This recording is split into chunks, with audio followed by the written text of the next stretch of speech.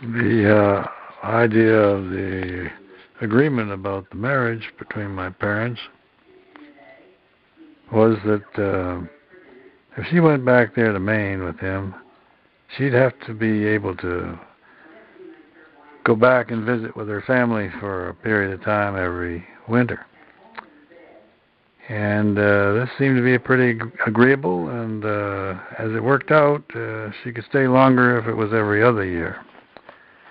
And so that's how it came to be that I had my second year, fourth year, and sixth year, sophomore year, and my final senior year in Miami. I'm a graduate of Miami Senior High School.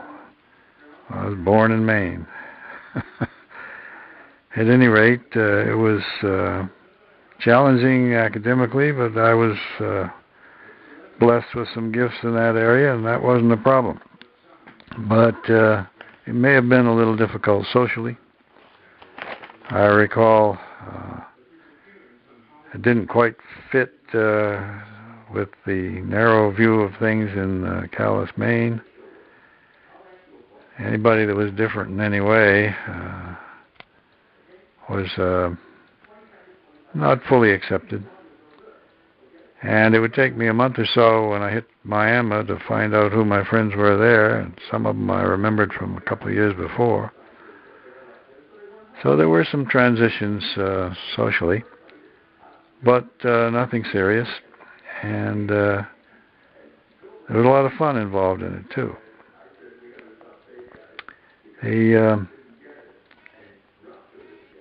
Thinking back about my grandfather on my mother's side, he would tell stories about his engineering experiences and how he hated the fact that some people decided to commit suicide by getting in the way of the train. I guess he'd seen this a few times. The other thing that he would tell about was how he would eventually develop almost a sixth sense that there was something wrong. And he had even written up these stories in the journal that was published by the railroad engineers. I guess it was the Brotherhood of Railroad Engineers. And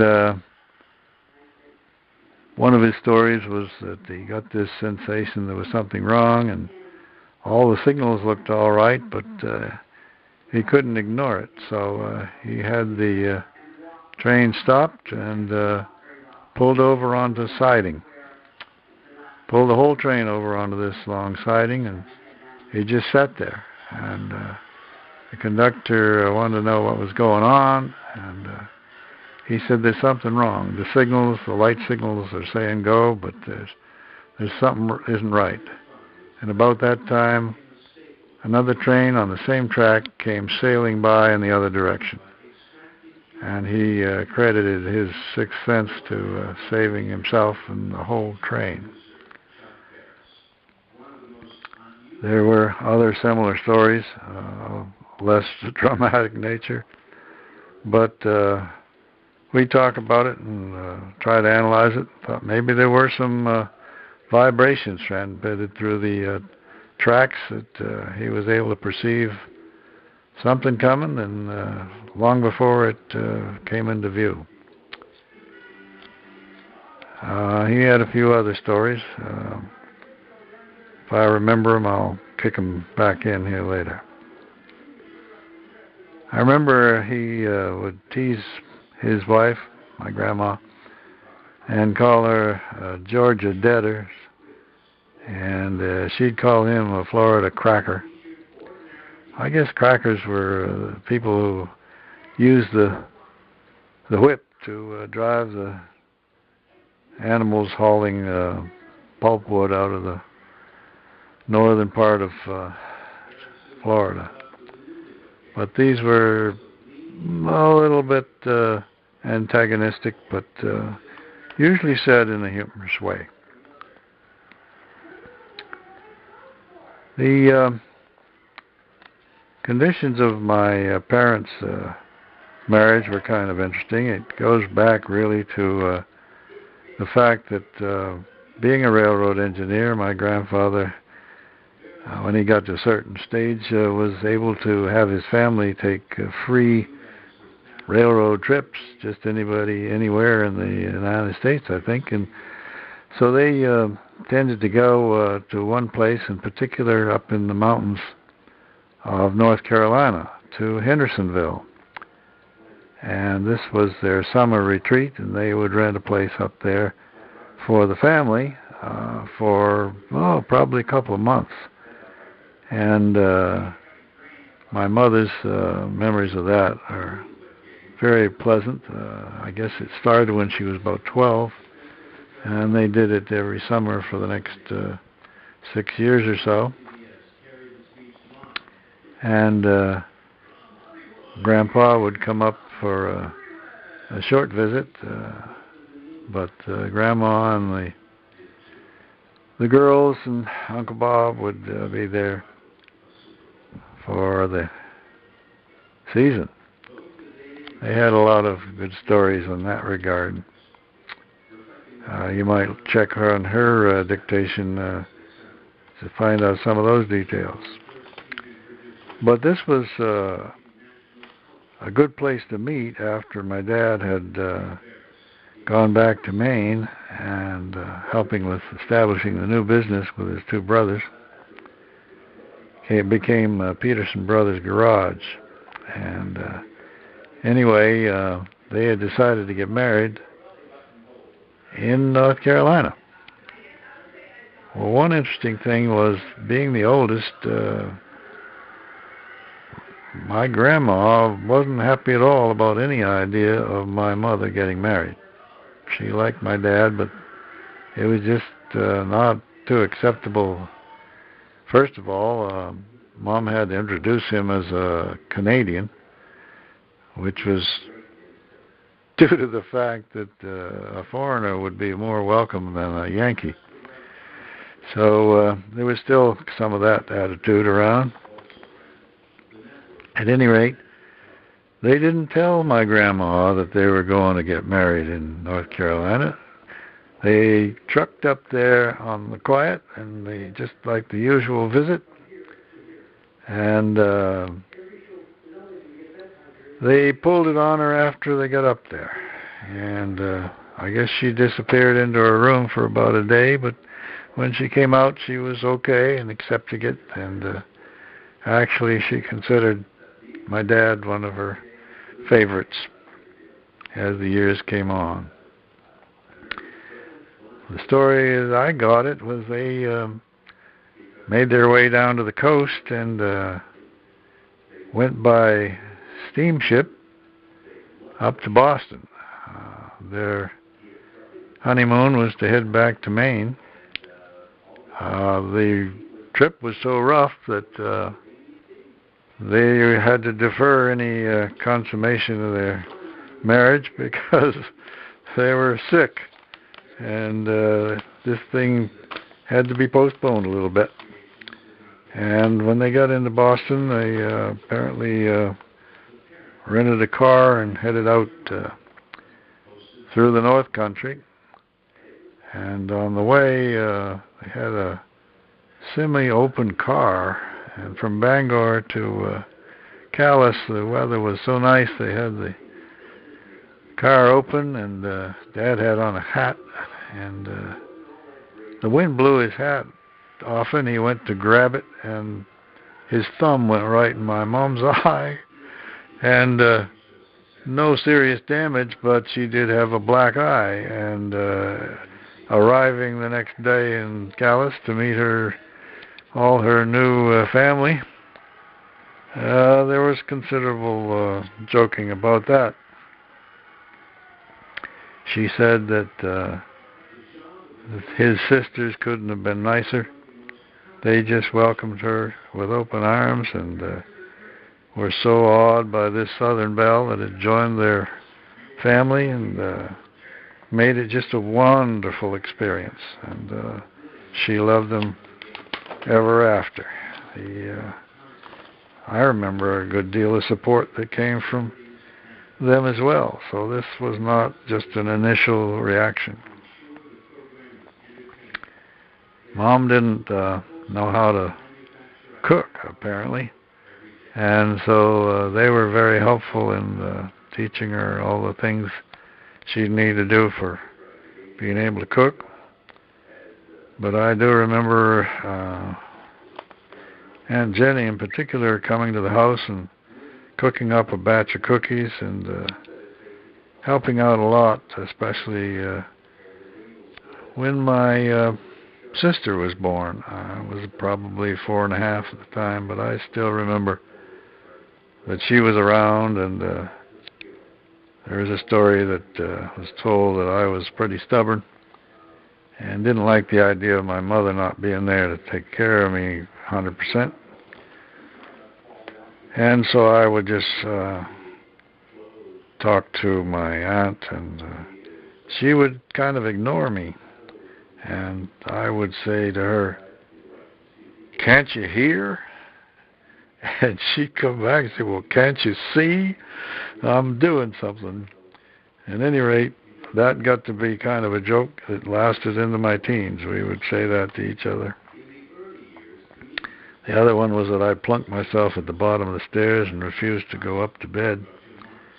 And I remember she had strong arms, and she would just pick me right up and carry me right up the stairs to the bed. So she was an integral part of our family when we had a need. The baby arrived, and I was pretty happy about that. But now I should go back to my arrival. There's a story that Dad being from Canada and Mom from Florida, there was some question in the small town attitudes about not really being Maine people, or Mainers, or maniacs, depending on how you look at it.